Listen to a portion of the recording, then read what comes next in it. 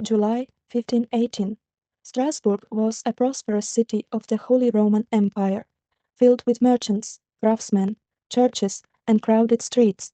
Then, during the summer, something happened that would become one of the strangest episodes in European history.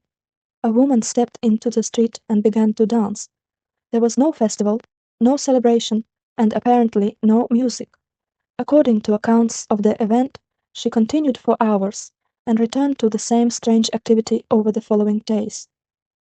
The woman is often identified as Frau Trofea, although historians are cautious about that name. What matters is that her behavior did not resemble ordinary dancing. She was not performing or celebrating. She appeared unable to stop despite increasing exhaustion. Then other people began to join her. Within roughly a week, several dozen people were reportedly dancing through the streets, sometimes continuing for hours, despite exhaustion. As July passed into August, their numbers continued to grow. Strasbourg's authorities had no modern understanding of neurological disorders or mass psychogenic illness. The years surrounding 1518 had also been difficult. Poor harvests, high food prices, hunger and disease placed enormous pressure on ordinary families. While religion shaped how people understood suffering they could not explain. One figure was particularly important: Saint Vitus. Across parts of Europe, Saint Vitus had become associated with involuntary movement.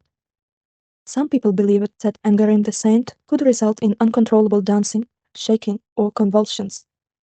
And Strasbourg was not witnessing something completely new.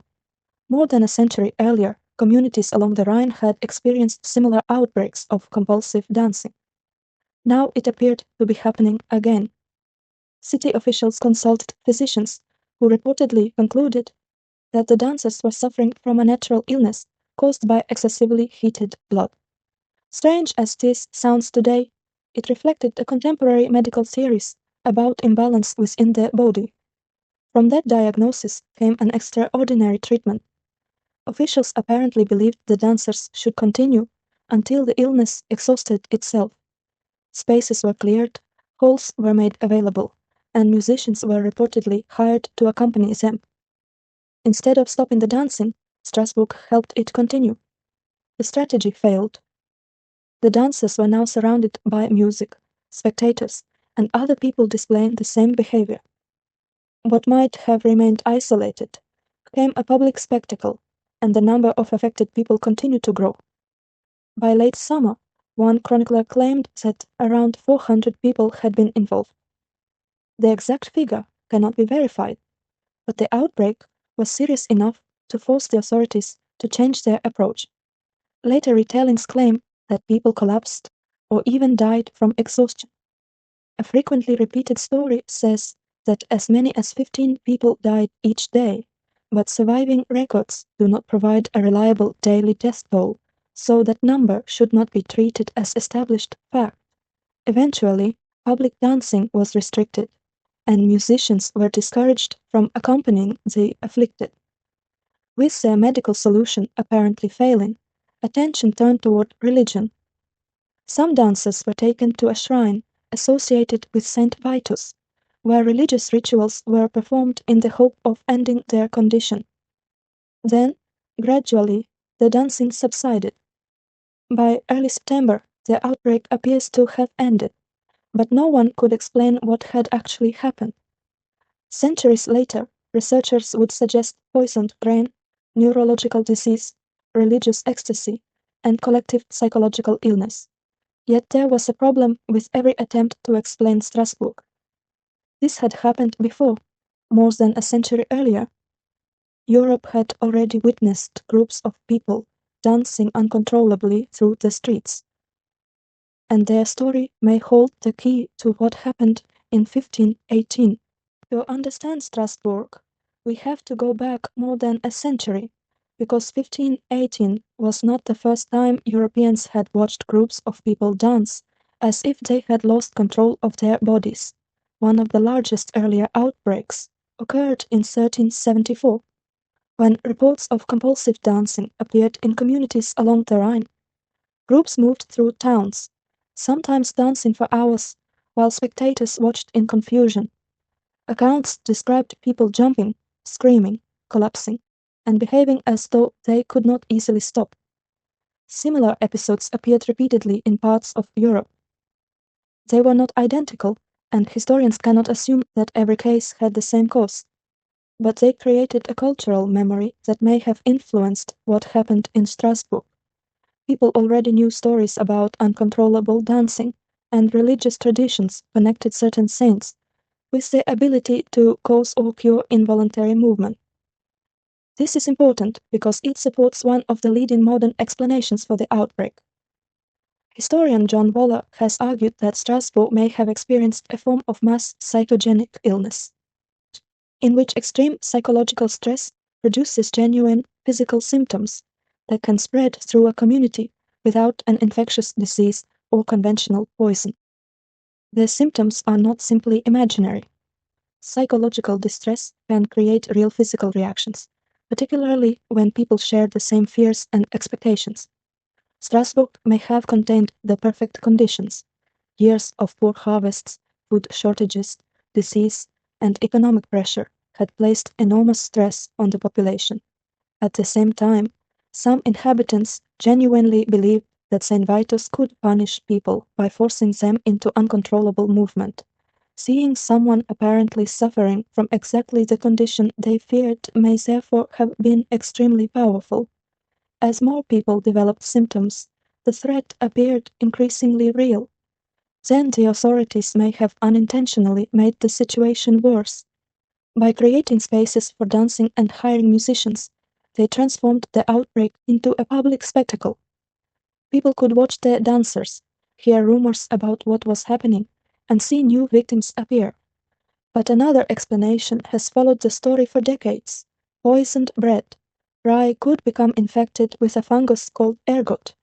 Eating contaminated grain can cause ergotism, a serious poisoning capable of producing convulsions, hallucinations, burning sensations, and neurological symptoms. At first, the theory seems convincing. Contaminated grain, hallucinations, convulsions, and strange behavior appear to fit together. But there is a major problem. Severe ergot poisoning does not easily explain people performing sustained, coordinated dancing for long periods. Convulsive ergotism can produce spasms and other neurological symptoms, while another form can severely restrict blood flow and damage tissue. Neither provides a convincing explanation for hundreds of people dancing through the streets. Other explanations have included neurological disease, religious ritual, deliberate performance, and ecstatic behavior. But none has provided a definitive answer. Perhaps the real key lies in what finally stopped the outbreak. The authorities had tried medicine and even encouraged the dancing, but neither approach worked. Eventually, some of the afflicted were taken to a shrine associated with St. Vitus, where religious rituals were performed. Soon afterward, the epidemic disappeared. Was that simply coincidence, or could the strange cure tell us something about what had caused the outbreak in the first place? The answer may lie in the way people of Strasbourg understood their own illness. When the authorities finally abandoned the idea of letting the dancers exhaust themselves, they turned toward St. Vitus. Some of the afflicted were taken to a shrine outside Strasbourg, where priests performed rituals intended to free them from the condition. For people living in 1518, this was not simply a symbolic gesture. If they genuinely believed that St. Vitus could cause their suffering, then reaching his shrine and receiving religious treatment could also convince them that the curse had been removed. This is one reason the mass psychogenic illness theory remains so compelling. If fear and expectation helped reduce the symptoms, a powerful belief in the cure might also have helped end them. According to historical accounts, the dancers underwent religious ceremonies at the shrine. They prayed, participated in rituals, and were treated within a religious framework they understood. Soon afterward, the outbreak began to disappear. There is no way to prove that the rituals themselves ended the epidemic. The outbreak may already have been weakening, and exhaustion, changing public behavior, or restrictions on dancing may all have contributed. But the timing is difficult to ignore. By September, the dancing that had occupied Strasbourg throughout the summer had largely disappeared. What remained was a story strange enough to survive for centuries. But as the story traveled through history, it also changed. Modern versions often describe hundreds of people dancing continuously without sleep, while bodies supposedly fell dead in the streets every day. Some accounts even claimed that musicians played beside dying dancers, as authorities watched helplessly. The reality is less certain. We know that a serious dancing outbreak occurred in Strasbourg in 1518 because several independent historical sources refer to it. We also know that city authorities responded to the crisis, consulted physicians, attempted to control public dancing, and eventually turned toward religious intervention. But many dramatic details cannot be confirmed with the same confidence. The famous claim that around 15 people died each day is particularly uncertain. Surviving municipal records do not provide a clear list of victims or a reliable death toll. It is possible that prolonged physical exertion caused injuries or deaths, but presenting a precise number would give us more certainty than the evidence allows. The same caution applies to the idea that every participant danced continuously for days. People may have danced for long periods, rested, collapsed, returned, or experienced symptoms differently. Historical descriptions were not medical observations recorded under modern conditions. Yet removing the exaggerations does not make the event less fascinating. Something unusual happened in Strasbourg, large enough to attract the attention of officials, physicians, religious authorities, and chroniclers. People displayed behavior their society interpreted as an illness, and the response of the authorities may have influenced how that behavior developed. This makes the outbreak more interesting than a simple story about mysterious dancing. It shows how strongly human bodies can be influenced by the world around them. Fear can spread through communities.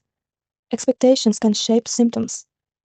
Cultural beliefs can influence how people experience illness, while the reaction of authorities can sometimes make a crisis worse. We have seen similar patterns in other periods of history, although the symptoms have not always involved dancing. Groups have reported fainting, shaking, breathing difficulties, strange sounds, or unexplained physical sensations, even when investigators could find no infectious or toxic cause. The symptoms can be real even when the trigger is psychological. If that is what happened in Strasbourg, then the people dancing in the streets were not pretending. They may have been experiencing a genuine physical response to an environment filled with stress, fear, and powerful religious expectations. But there is still a final question. Why did this particular form of illness disappear? Europe continued to experience famine, disease, war, religious fear, and enormous psychological stress long after 1518. Yet the great dancing epidemics gradually faded from history. People did not stop experiencing collective fear. Instead, the way that fear appeared may have changed. And that may be the most important clue of all. The disappearance of dancing epidemics may tell us more about them than the dancing itself. If contaminated grain had been the main cause, there is little reason the phenomenon should have vanished in this particular form. Europeans continued eating rye, ergot contamination continued to occur, and food shortages did not disappear after 1518. But beliefs changed. Over the following centuries, European medicine slowly moved away from explanations based on curses, saints, and supernatural punishment. The cultural world that had given uncontrollable dancing a specific meaning began to disappear. People still experienced extreme stress, and communities still developed unexplained collective symptoms, but those symptoms increasingly took different forms. This idea is important because mass psychogenic illness does not require people to consciously copy one another. A person can experience genuine physical symptoms without deliberately producing them, especially when fear and expectation are powerful enough. In Strasbourg, the population already possessed an explanation for uncontrollable movement. Stories about dancing mania existed. Saint Vitus was associated with involuntary dancing, and people had inherited generations of beliefs about what such an affliction could look like. Then one person began to dance. Others followed. The authorities made the behavior more visible by creating places for the afflicted and bringing in musicians, while rumors and fear spread through a population already weakened by hardship. If the psychogenic explanation is correct, the epidemic did not spread because a mysterious pathogen moved from one person to another. What spread was something far more difficult to see: expectation. And perhaps that also helps explain why religious treatment appeared to work. When some of the dancers were taken to a shrine associated with Saint Vitus, they entered a ritual that made sense within their understanding of the illness. If the saint could cause the condition, then the saint could also remove it. The same belief that may have helped create the symptoms could have provided a path out of them. We cannot prove that this is exactly what happened. The surviving evidence is incomplete. The witnesses lived 5 centuries ago, and many details were changed or exaggerated as the story was retold. There was almost certainly no single moment when everyone suddenly stopped dancing. There may have been different experiences among different participants, and some descriptions preserved by later writers may never be possible to verify. But the outbreak itself was real. In the summer of 1518, Strasbourg's authorities confronted a large and disturbing episode of compulsive dancing. Physicians were consulted, public dancing became a matter of official concern, and religious intervention eventually became part of the response. Behind the famous image of hundreds of people dancing through medieval streets is therefore something more interesting than a bizarre historical mystery. It is a story about what happens when the human body, the human mind, and the surrounding culture become almost impossible to separate. The people of Strasbourg lived in a world of hunger, disease, religious fear, and uncertainty. When something inexplicable appeared among them, they interpreted it using the ideas their society had given them. 5 centuries later, our explanations are different. But human beings are not necessarily as different as we like to imagine. Fear still moves through groups. Rumors still change behavior. People still watch one another for signs of danger. And physical symptoms can still appear in communities where no conventional disease explains why so many people suddenly feel the same thing. The symptoms change with time. The stories surrounding them change. The things we fear change. In 1518, fear may have taken the form of dancing. For weeks, people moved through the streets of Strasbourg, while physicians, officials, and priests struggled to understand what was happening. Then the dancing disappeared almost as mysteriously as it had begun. There was no laboratory test to reveal the cause, and no physician who could leave behind a diagnosis for future generations. Only records, fragments, and a city that eventually returned to normal. Today, the dancing plague is often presented as a strange medieval mystery, something almost impossible to imagine happening in the modern world. But perhaps that is the wrong way to look at it. The most unsettling possibility is not that the people of Strasbourg were fundamentally different from us. It is that they were not. Their fears simply had a different name.